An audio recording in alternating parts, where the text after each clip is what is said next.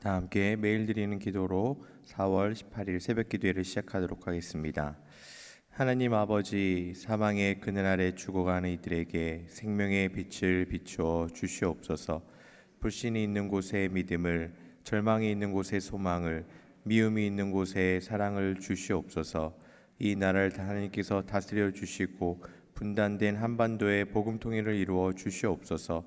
교회와 가정에서 믿음의 대가 잘 이어지게 하시고 성령님의 인도하심에 따라서 저희 교회의 5대 본질인 예배와 교육과 선교, 성도의 교제와 봉사에 힘쓰게 하옵소서. 모든 교육자들이 성령님으로 충만하게 하시고 모든 성도들이 하나님의 말씀을 따라 행진하여 가게 하옵소서. 예수님의 이름으로 기도드립니다. 아멘. 다 함께 찬송가 365장입니다. 365장 함께 찬송하시겠습니다.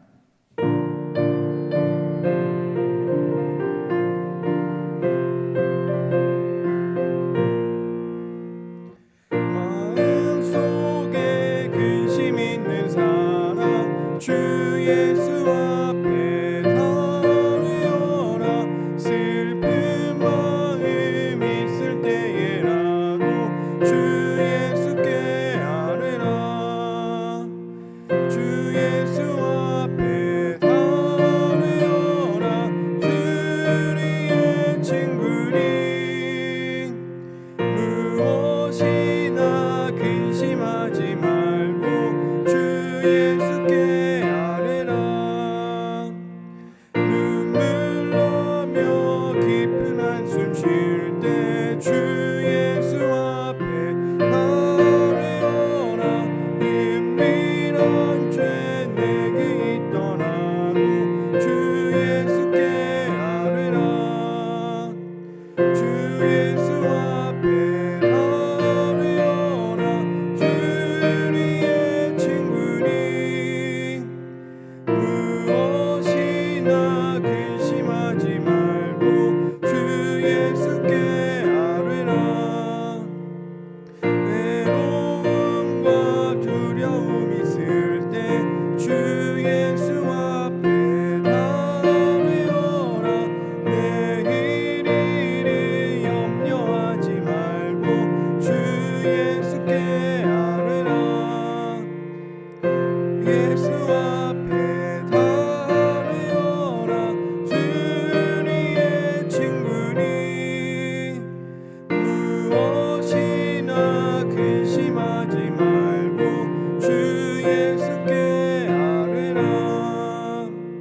죽음 앞에 겁을 내는 자여 주 예수 앞에 아뢰어라. 하늘나라 바라보는 자여 주 예수께 아뢰라. 주 예수 앞에 아뢰어라. 주리의 친구니 무엇이나 근심하지 말고 주 예수께 아뢰라. 하나님께서 오늘 저에게 주신 말씀은 구약성경 시편 13편의 말씀입니다. 여호와여, 어느 때까지니이까? 나를 영원히 잊으시나이까? 주의 얼굴을 나에게서 어느 때까지 숨기시겠나이까? 나의 영혼이 번민하고 종일토록 마음에 근심하기를 어느 때까지 하오며 내 원수가 나를 치며 자랑하기를 어느 때까지 하리이까? 여호와 내 하나님이여, 나를 생각하사 응답하시고 나의 눈을 밝히소서. 두렵건대 내가 사망의 잠을 잘까 하오며 두렵건대 나의 원수가 이르기를 내가 그를 이겼다 할까 하오며 내가 흔들릴 때에 나의 대적들이 기뻐할까 하나이다. 나는 오직 주의 사랑을 의지하였사오니 나의 마음은 주의 구원을 기뻐하리이다. 내가 여호와를 찬송하리니 이는 주께서 내게 은덕을 베푸심이로다. 네, 우중에도 불구하고 새벽에 나오신 우리 모든 성도님들, 오늘 하루도 하나님의 은혜와 은총이 가득 넘치시는 복된 하루가 되시길 간절히 소망합니다. 저희들이 살아가면서 주일 새벽 예배 때도 함께 나눴지만 언제나 위기는 우리와 함께하고 있는 것 같습니다. 사람들과의 관계에서도 위기가 찾아오고 경제적인 부분에서도 또 질병적인 부분에서도 그리고 영적인 부분에서도 침체와 넘어질 위기가 있는 삶이 바로 우리들의 삶입니다. 이러한 삶을 살아가는 우리들, 예외 없이 오늘 시편의 저자도 그런 위기의 삶에 들어간 것을 둘러싸여 있는 것을 보게 됩니다. 누구에게나 찾아올 수 있는 이 위기의 시간이지만 시편의 저자는 하나님 앞에 도움을 구하는 간절함을 잃어버리지 않는 믿음의 사람의 모습을 지켜주고 있습니다. 바라기는 지금 이 시대를 살아가는 우리들도 언제나 하나님만을 의지하고 구하기를 멈추지 않는 그러한 성도의 삶이 되시길 다시금 축복합니다. 그런데 여러분들, 하나님을 의지하는 삶을 살아가고자 저희들이 늘 고백하고 이야기하지만 실제로 삶의 현장에 나가보면 때로는 큰 벽에 마주하는 것과 같은 어려움을 저희들은 만나게 됩니다. 그 경험을 오늘 시편의 저자는 이렇게 이야기합니다. 주님, 언제까지입니까? 주님, 언제까지 나에게 숨기시겠습니까? 라는 언제까지입니까? 라는 계속되는 질문을 통해서 그의 마음을 호소하고 있는 것을 보게 됩니다. 주님, 언제까지 저를 잊고 계실 겁니까? 주님, 언제까지 숨어 계실 것입니까? 주님, 언제까지 내가 걱정하고 슬퍼하고 원수가 나를 보며 우쭐대어야 한다는 것을 제가 보고 있어야 됩니까? 하나님을 의지하고 또 하나님을 신뢰하고 싶지만 하나님 앞에 자신의 비통함을 토로할 수밖에 없는, 마치 하나님과의 단절된 모습을 살아가고 마치 하나님께서 나를 잊으신 것 같은 고통 가운데 절박한 호소를 하고 있는 것이 바로 오늘 시편 저자의 모습입니다. 그런데 여러분들, 정말 하나님께서 잊고 계셨겠습니까? 숨어 계시거나 고통 중에 있는 백성들을 외면하고 계시겠습니까? 결코 아닙니다. 주님은 언제나 하나님의 백성들과 함께 하시겠다라고 하나님의 말씀을 통해 또 많은 믿음의 선조들과 선배들을 통해 또 이 시대를 살아가는 우리들의 삶의 모습을 통해 말씀하시고 약속하시고 실천하신 것을 우리는 보게 됩니다. 졸지도 주무시지도 아니하시는, 나보다 나를 더 잘하시는 주님께서 바로 우리의 하나님이 되신다는 사실입니다. 그렇다면 우리들에게 필요한 것은 무엇입니까? 이러한 주님의 신실함을 믿고 주님 앞에 엎드리기를 주저하지 않는 삶을 우리는 살아야 될 것입니다. 주저하지 않는 삶을 우리는 살아야 된다라는 것입니다. 실제로 그럼에도 불구하고 우리가 하나님 앞에 나가기를 주저하고 하나님 앞에 엎드리면서 이 문을 나가지만은 그 나감과 동시에 땅을 쳐다볼 수밖에 없는, 우리를 주저하게 하는 많은 것들이 있는 것을 우리는 보게 됩니다. 주님 앞에 엎드리기를 주저하는 여러 가지 요인들 중에 그중 하나가 바로 우리들에게 허락하신 감정을 잘못 이해할 때, 즉 잘못된 감정에 대한 오해로 인해서 우리는 하나님 앞에 주저하기를 어려워하는 순간들이 있습니다. 시편의 기자는 하나님께 위기 가운데 자신의 비통함과 고통을 있는 그대로 토로합니다. 근데 그 목소리에 하나님 도대체 어디 계십니까? 마치 따지는 듯한 높아진 목소리로, 또 한편으로는 무례해 보이는 것까지 그렇게 오해받을 수 있는 그런 모습으로 하나님 앞에 나오면서 우리가 생각할 때, 아니 하나님 앞에 나오면서 어떻게 저런 모습으로 나오지? 하나님 앞에 어떻게 저런 말씀을 드리지? 라고 하면서 가지지 말아야 할 감정도 가진 것처럼 느껴집니다. 그런데 사람들은, 특별히 우리들은요, 감정의 존재입니다. 여러분들 어제 하루, 지난밤 어떻게 지내셨습니까? 기쁜 순간도 있었을 것이고, 때로는 분노한 순간도 있었을 것이고, 슬픈 생각도 있었을 것이고, 때로는 안타까웠던 순간들도 있었을 것이고, 또 즐거웠던 순간도 있었을 것입니다. 기쁨과 즐거움, 또 흥분과 고통과 분노와 비통함, 이 모든 것은 우리 일상에 늘 우리와 함께하고 있는 감정들입니다. 이 모든 감정들은 하나님께서 우리에게 허락하신 것입니다. 이 모든 것을 느끼고 감정을 표현하고 그 감정을 다스리는 삶이 바로 우리들의 삶인 것입니다. 그렇기 때문에 기쁨 중에서도 하나님을 바라볼 수 있지만, 반대로 시편의 기자처럼 슬픔 중에도, 애통함 중에도 그 마음과 감정을 들고 하나님 앞에 나올 수 있는 것이 바로 우리들의 특권인 것입니다. 그런데 우리는 오해하기를 하나님 앞에 나아갈 때는 무조건 좋은 감정만 가지고 있어야 된다라고 생각하는 경우들이 있다는 겁니다.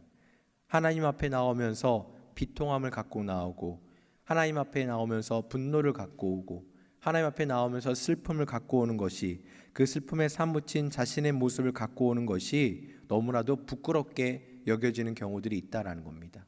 왜 그렇습니까?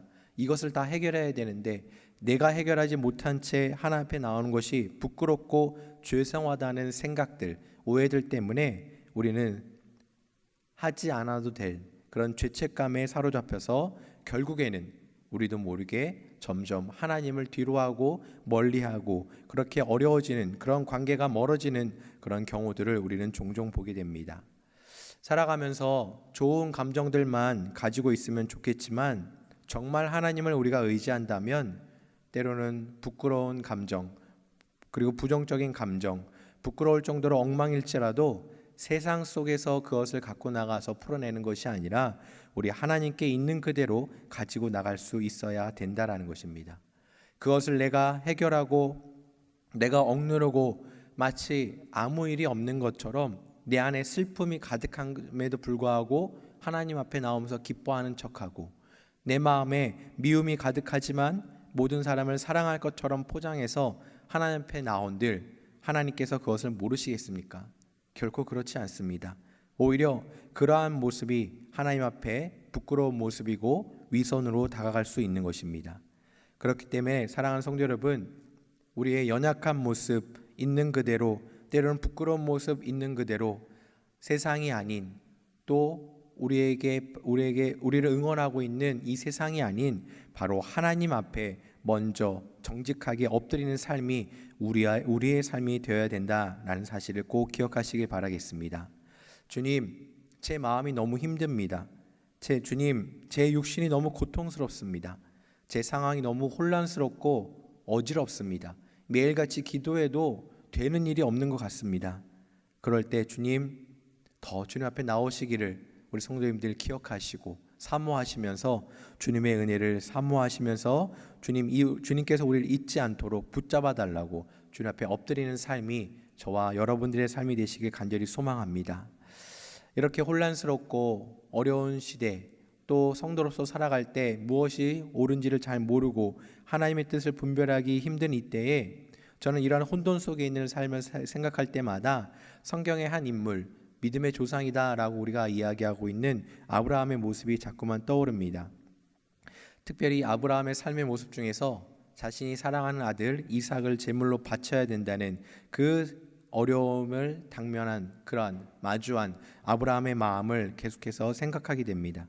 하나님의 약속으로 주신 귀한 자녀 이삭, 그 자녀를 제물로 바쳐라 라는 하나님의 명령에 따라서 아브라함은 순종을 하지만 그 과정에서 육신의 아버지로서의 얼마나 많은 고민과 번뇌가 있었는지를 우리는 생각해 봅니다. 특별히 창세기 22장 1절에서 4절에서는 하나님이 아브라함이 아내 사라에게도 이야기하지 않고 이삭을 데리고 번제로 드리기 위해서 떠나는 장면이 있습니다.